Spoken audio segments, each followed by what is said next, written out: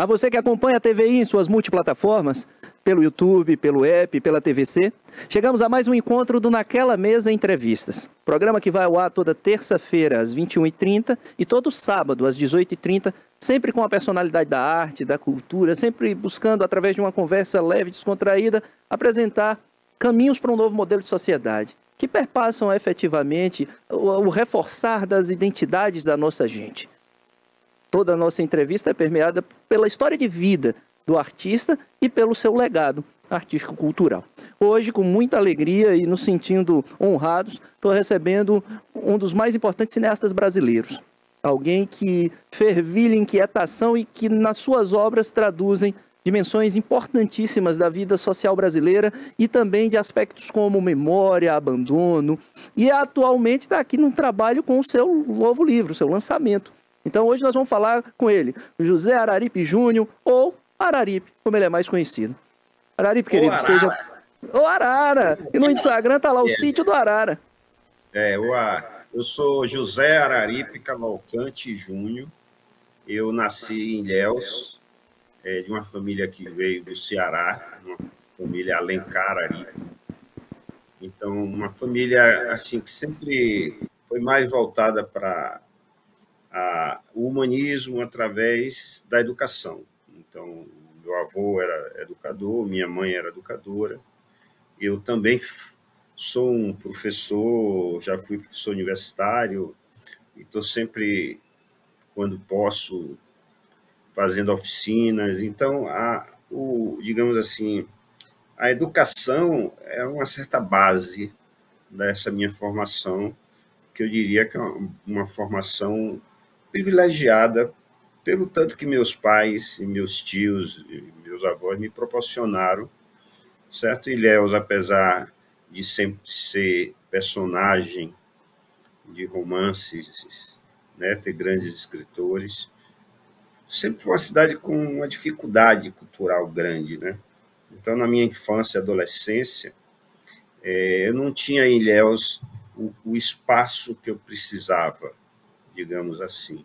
Mas encontrei muito mais em Itabuna e principalmente em Buerarema, quando fundei junto com José Delmo, Marcelo Gunner, Gal Macuco, e muitas outras pessoas importantes, Gideon Rosa. Fundamos o Grupo de Arte Macuco, principalmente a Feira de Arte Macuco, né, que eu fui mais envolvido.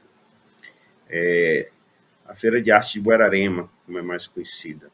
Então, desde cedo eu tive possibilidades de, digamos assim, investigar, criar, experimentar no universo da arte. Eu sempre gostei de escrever. Desde pequeno eu fiz uma peça de teatro, já assim, tipo, com 8 anos eu escrevi uma peça de teatro.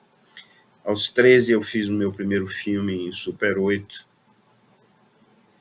E eu sempre fiquei ali entre o teatro, fazia um pouco de música também, participei de festivais.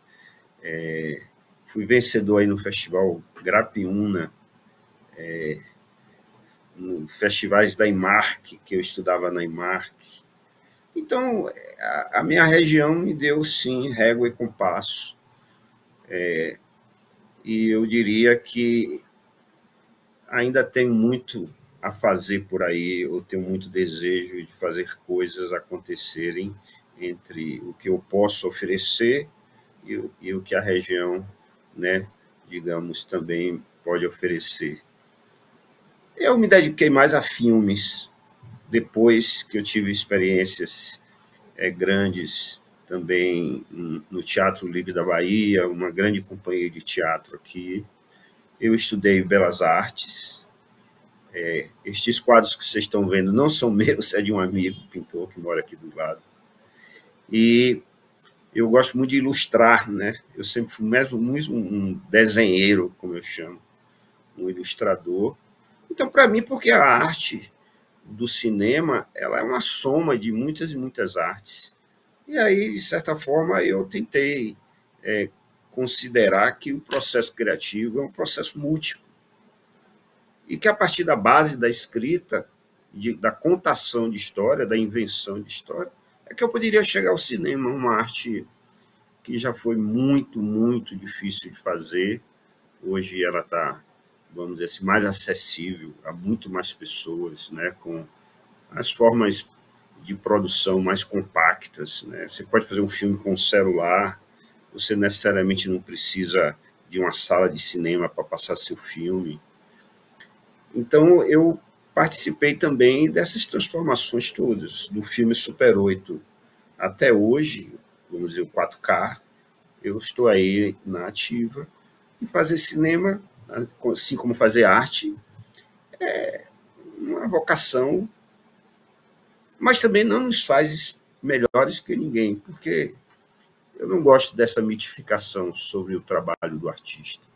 Eu acho que o artista ele é tão importante quanto qualquer outra pessoa na sociedade, nos seus fazeres.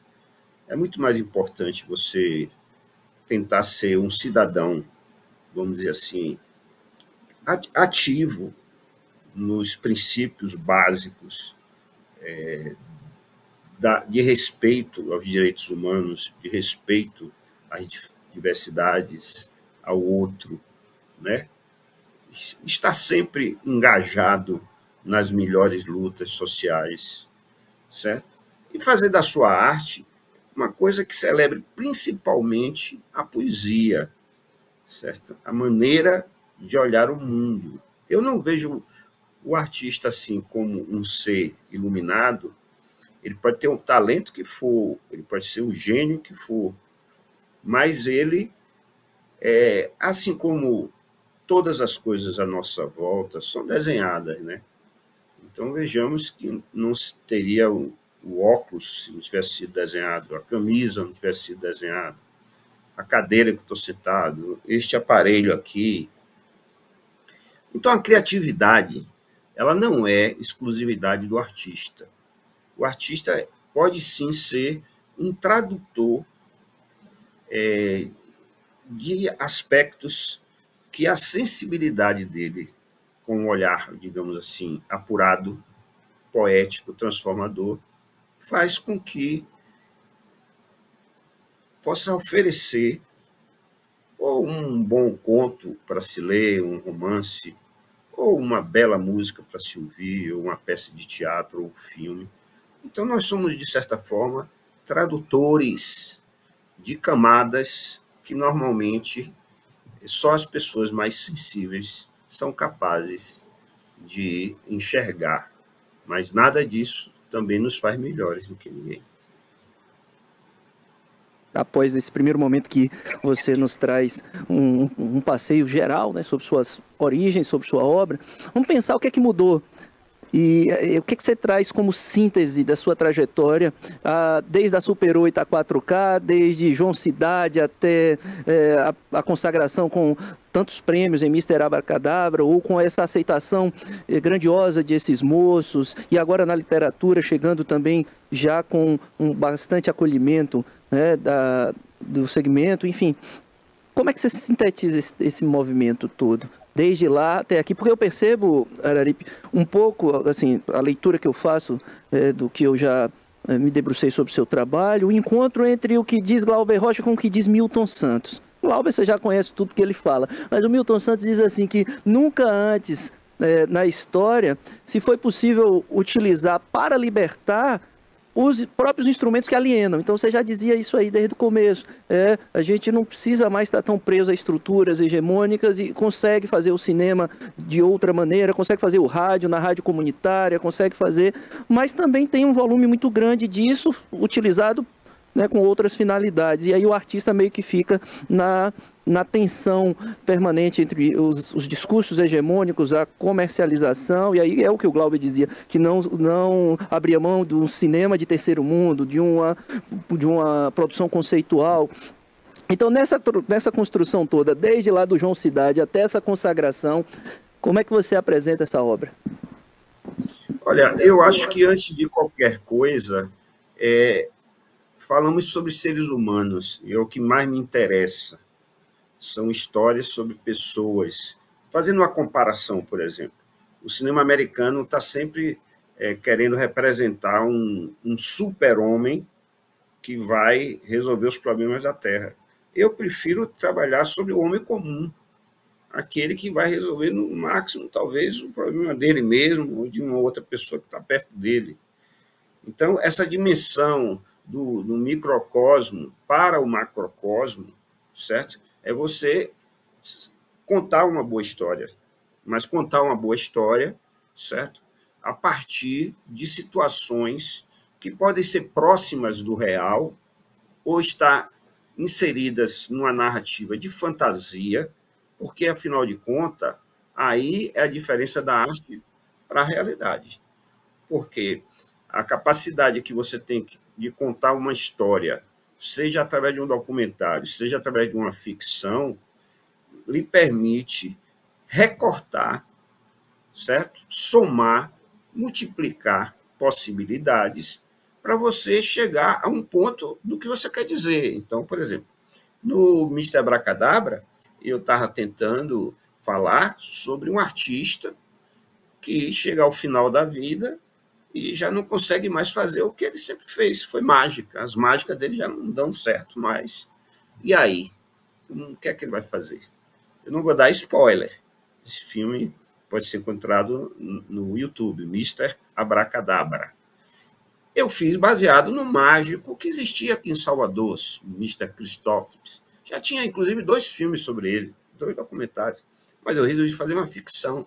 Então, eu peguei o personagem, a estrutura do personagem, aquele homem que eu vi as mágicas falharem em público, e fiz disso um motor para fazer uma história, digamos assim, de superação, onde aquele artista ele vai se deparar com o ponto, digamos assim, mais crucial da vida dele.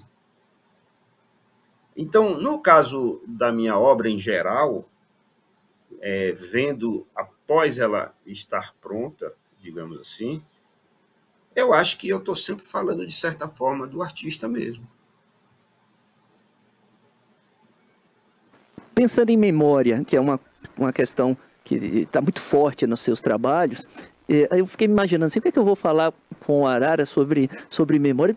Então eu pensei assim, bom, antes eu vou tentar ativar uma memória afetiva dele. E aí eu queria que você me dissesse o que é que te lembra um trechinho de uma canção que diz assim: trabalhei o ano inteiro lutando contra o sistema só para fazer feira de arte em Buerarema.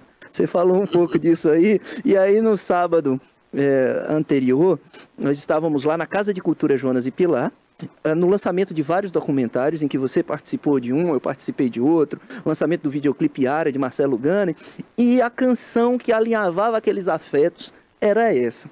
E aí eu quero falar de memória, mas quero falar dessa trajetória para poder lhe perguntar o que é que desse menino Grapiúna, que precisou sair para encontrar espaços, né, para o crescimento da sua arte, você continua carregando e são elementos que estão nessas obras. Essa é uma primeira pergunta sobre memória, eu vou desdobrar essa pergunta depois da sua resposta.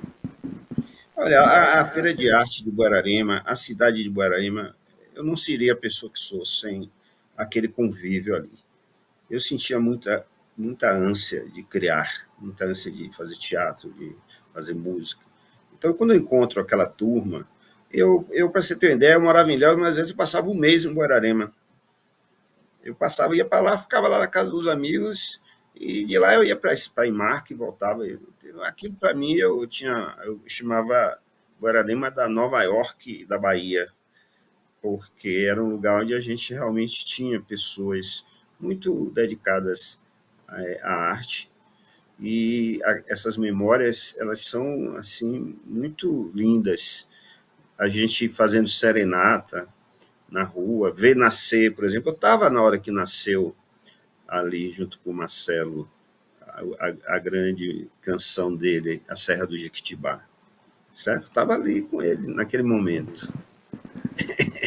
Então, essa é a grande memória. Já Zé Delmo é um artista plástico, estudava na mesma escola que eu, na Belas Artes, certo? Então, Zé Delmo é um artista muito avançado naquela época. Eu aprendi muito com ele, em vários sentidos, né? E ele sempre foi um poeta, assim. Tanto que ele é muito mais hoje, muito mais um contador de história, um poeta, do que já Gideon Rosa, um literato, né? Desde muito cedo ele foi para São Paulo. E tinha também os personagens ocultos importantes, como Naumar Monteiro Filho, que é de Buerarema. São privilegiadas, né? É muita gente boa reunida, e essa efervescência cultural. E não é apenas a reunião, né? É o que vocês construíram e o legado que vocês deixaram, e assim, ganhar o mundo levando essa arte. Agora, pensando no país que a gente vive, nos desafios na tentativa de silenciamento dos saberes tradicionais, no desafio de combate a um apagamento da memória histórica para legitimar projetos negacionistas de poder. Como é que você enxerga esse seu cinema, essa sua potência criativa como elemento político? Olha, eu sou um cara da atividade associativa. Eu sempre estive ligado a quase todas as associações que lutaram pela arte, pela cultura. Fundei várias, fui presidente de algumas. Então, a minha atividade política ela está muito mais fora da minha arte do que dentro, certo? No sentido de que eu acho que a gente tem que se organizar bastante. E tudo que a gente tem hoje aí, Ancine, todas essas coisas foram fruto de lutas e da qual eu participei orgulhosamente, com muitos outros companheiros, mas muita reunião, muita organização, certo? E principalmente a luta contra a ditadura, desde lá cedo. Se você vai ver minha trajetória, eu lutei contra a ditadura, eu lutei contra a censura, eu lutei pela anistia, eu lutei pela redemocratização, pela Constituinte, pela Constituição, pelas diretas já. Então, isso faz parte da minha pulsão cidadã. A minha arte, ela de alguma forma reflete essa possibilidade que o ser humano tem de tentar o tempo inteiro o melhor, enfrentando os conflitos que tomem conta da sua vida. Porém, certo, você não vai encontrar num filme meu uma postura assim de, como se o povo diz, panfletário. Eu não sou panfletário, eu não gosto do panfletarismo. A verdade é essa, acho que não precisa, porque você tem que atingir a pessoa, né? Nós temos um exemplo maravilhoso, esse filme Ainda Estou Aqui, que já deve estar em Itabuna aí, certo? É imperdível, né? O Walter Salles, que é uma pessoa que eu admiro, né? Eu tenho ele como uma pessoa que me ajudou muito em vários momentos da minha carreira. É um cara extremamente generoso e um cineasta bastante talentoso. Ele vai contar a história lá do porão de ditadura, da coisa mais horrorosa possível, que é o sequestro e tortura, de morte de pessoas, desaparecimento, né, que até hoje não estão resolvidos, porque o Brasil, infelizmente, continua flertando com essa impunidade aos militares que não honram a farda, né? Tem alguns que honram, mas tem aqueles que né, acham que o militarismo é uma coisa acima da sociedade. E o Brasil é um país que já teve 19 golpes civis, militares, parlamentares, 19. A própria proclamação da República foi um golpe militar. Então, eles são mal acostumados, certo? E não foram punidos por tudo de desgraça que fizeram em 64. E aí está aí hoje, as manchetes de jornais hoje, eles tramando matar Lula, tramando matar Moraes, ou seja, é preciso começar a punir essa gente, entendeu? Porque senão a gente vai ter que ficar fazendo filmes como os de Walter ou até outros muito mais, vamos dizer assim, muito mais pungentes na linguagem, como você citou Glauber, que é um cineasta assim, de uma retórica, né? Tanto na vida particular como no cinema, um guerrilheiro da palavra, né? Então, os filmes de Glauber, eles são explícitos em relação à resistência. Maravilha. Arara, nós vamos fazer agora o seguinte, como o nosso público, ele mescla quem já conhece sua obra, quem já é influenciado pelo seu trabalho, com a turma que está chegando, né, vamos dizer assim, os chegantes e que querem conhecer um pouco mais de você, numa tentativa de resumir, né, nesses parcos 30 minutos que nós temos, eu vou dividir a tela, colocar de um lado uma das imagens que você mandou, e aí você vai comentando uma a uma, nós vamos conversando nesse comentário, para fazer uma passagem geral, né, por parte do seu trabalho. Então, vou pedir para a nossa equipe fazer isso. Vamos lá. Põe a imagem para a gente. Essa é a dimensão de você como formador, né? Como alguém que partilha esse conhecimento. Como é que tem sido esse trabalho na sua trajetória? Olha aqui, durante 14, 15 anos na área de produção de rádio, TV e cinema. Também fui professor na Escola de Belas Artes, na área de desenho de modelo ao vivo, essas coisas, desenho industrial. Eu gosto muito de passar o conhecimento adiante, porque quando você está numa sala de aula, independente do público-alvo, da idade, da faixa, você continua aprendendo muito, você continua trocando muito. No caso aí desse card aí, é que eu estou apto e gosto de roteirizar. O roteiro, ele nasce normalmente de um argumento. E é possível você fazer contar uma história a partir do mesmo argumento, em qualquer tamanho que seja. Então, essa oficina foi mais ou menos isso. Eu dizer que você pode fazer um filme de 1 minuto, ou um longa-metragem com a mesma história. Arara, me diz uma coisa, com relação a essa migração do artista, não que você tenha feito uma migração por completo, mas o artista plástico de formação, o que encontra o audiovisual e segue no audiovisual, mais intensamente até do que na sua formação originária. Como é que deu essa virada de chave? Olha, eu fiz muita direção de arte. Eu fui o primeiro brasileiro a assinar um filme como diretor de arte. Eu e um lá do Rio Grande do Sul, Fiapo Bart, em 1985, a gente assina, quase na mesma época, como diretor de arte. Diretor de arte, antigamente, era o cenógrafo. Depois ele ganha uma dimensão maior, que cuida do departamento inteiro de arte. Então, eu nunca deixei as artes dentro do cinema. Eu só deixo de ser diretor de arte quando eu começo a fazer os meus próprios filmes. Aí eu começo a dar oportunidade a outras pessoas de serem diretor de arte. E a direção de arte faz o quê num filme? Pouca gente sabe.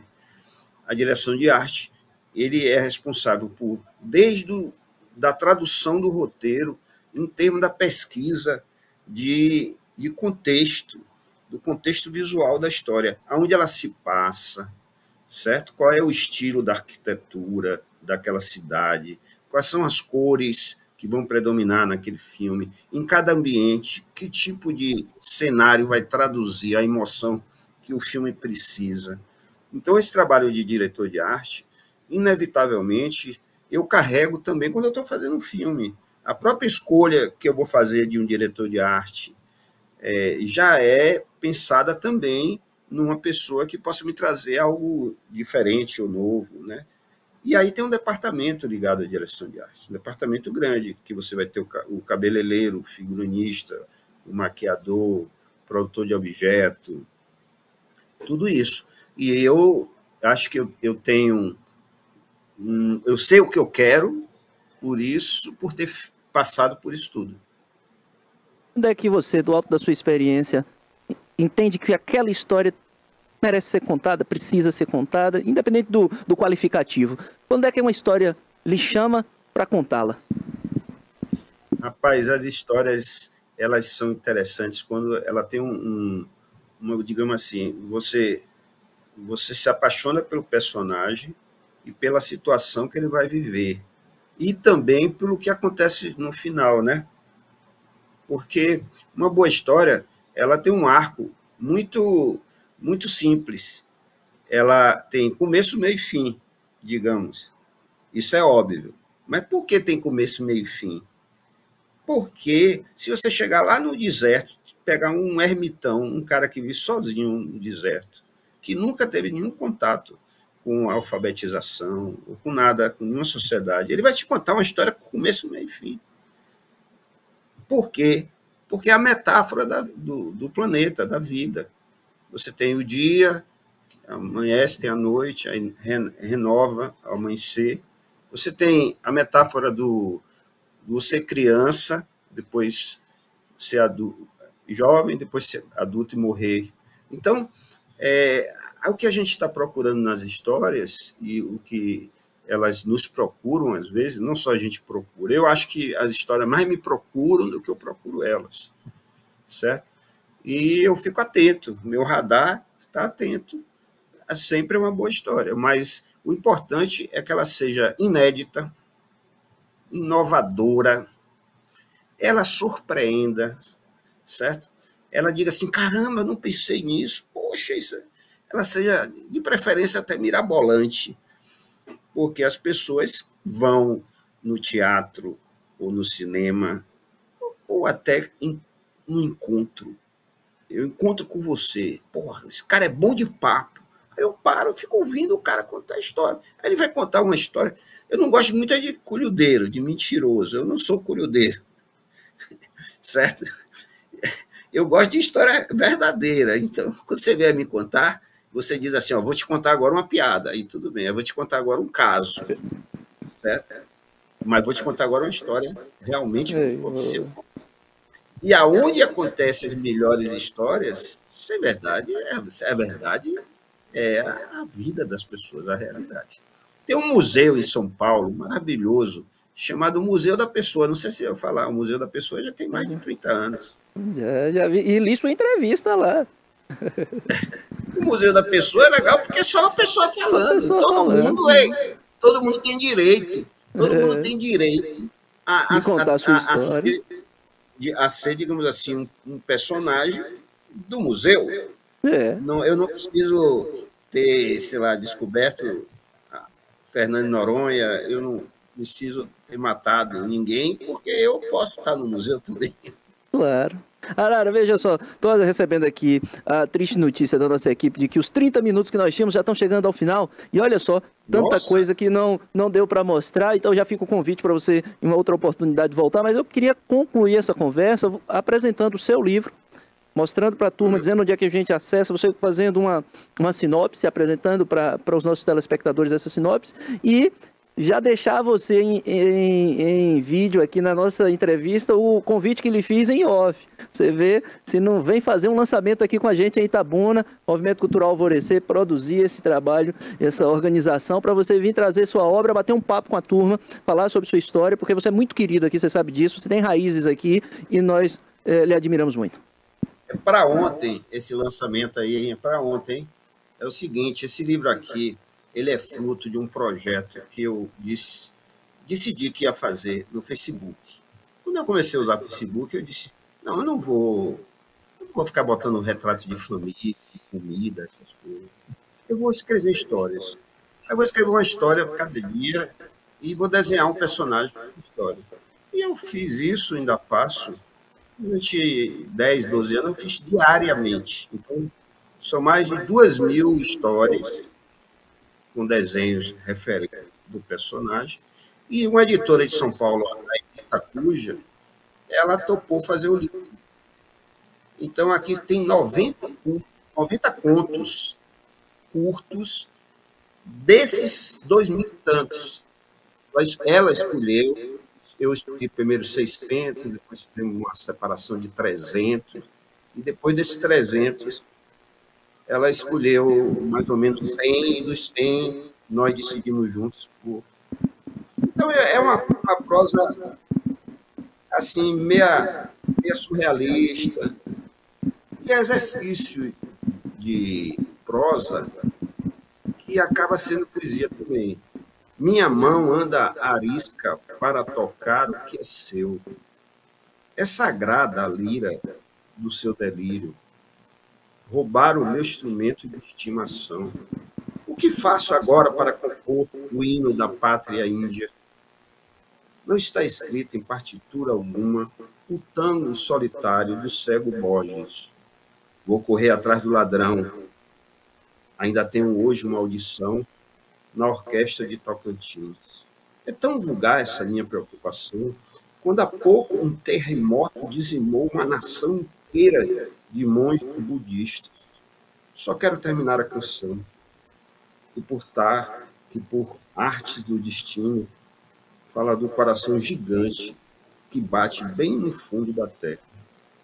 Ouço assim, em minha mente, o que dedilha o vento. Sou fogo em revolução. Aqueça a água do rio, onde peixes fazem malabares em ebulição. Sinto vibrar nos meus dedos suas supercordas em tensão.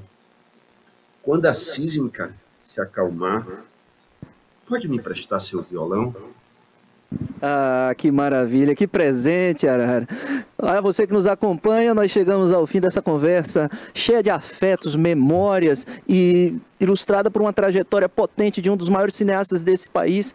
E eu vou além, vou dizer que é uma mente inquieta que provoca e que contribui, né, com a mobilização cultural. Nós chegamos ao fim, mas estamos permanentemente atentos à obra de Arara e estamos trazendo ele aqui em breve para fazer o lançamento do seu livro. Você já sabe, nosso programa vai ao ar toda terça-feira, às 21h30 e todo sábado, às 18h30, pela TVI e suas multiplataformas. Naquela mesa entrevistas, sempre feito para você.